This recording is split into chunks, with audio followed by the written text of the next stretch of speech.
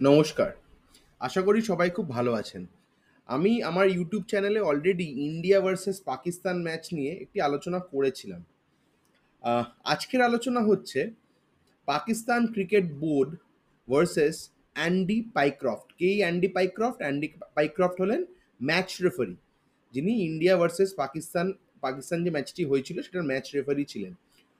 আর ওনাকেই দোষারোপ করছে Pakistan cricket board, যাতে মানে যেহেতু ইন্ডিয়ার প্লেয়াররা পাকিস্তানের প্লেয়ারদের সাথে হ্যান্ডশেক করেননি আফটার দ্য ম্যাচ, তো এর জন্য পাকিস্তান ক্রিকেট বোর্ড এই অ্যান্ডি পাইক্রফটকেই দোষারোপ করছে যে তারই দোষ, তিনি কোনো ইনিশিয়েটিভ নেননি এইটার জন্য।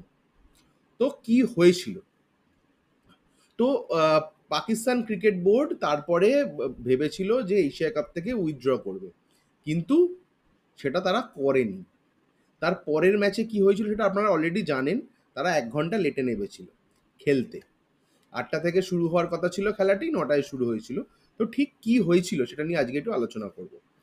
ঠিক কি নাটক হয়েছিল পাকিস্তান বনাম সংযুক্ত আরব আমিরশাহী ম্যাচের আগে? বুধবার ঘটনার কেন্দ্রে দুবাইয়ে ইন্টারন্যাশনাল স্টেডিয়াম, দুবাইয়ে পাকিস্তানের টিম হোটেলে ও লাহোরের গদ্দাফি স্টেডিয়ামে। নাটক যেভাবে হয়েছিল সেভাবেই একটি প্রতিবেদনে তুলে ধরা হয়েছে। খেলার সময় খেলার সময় যেটা অ্যাকচুয়ালি এই সময়েরই পার্ট, এই সময়ের ডেট হচ্ছে ১৯/৯/২০২৫। সেই খেলার সময় এই প্রতিবেদনটি বেরিয়েছে আর কি। তো কি হয়েছিল? বিকেল তখন 4:30। দুবাইয়ের মারিনায় টিম হোটেল থেকে বেরোলো না পাকিস্তানের টিম বাস। ম্যাচ হওয়া নিয়ে সংশয়ে সংগঠকরা।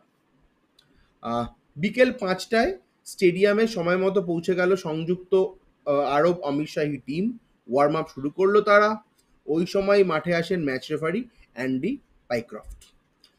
এই অ্যান্ডি পাইক্রফটই কিন্তু ইন্ডিয়া ভার্সেস পাকিস্তানের ম্যাচ রেফারি ছিলেন। আবার 5 মিনিট পরে আইসিসির সদর দপ্তরে ফিরে যান তিনি।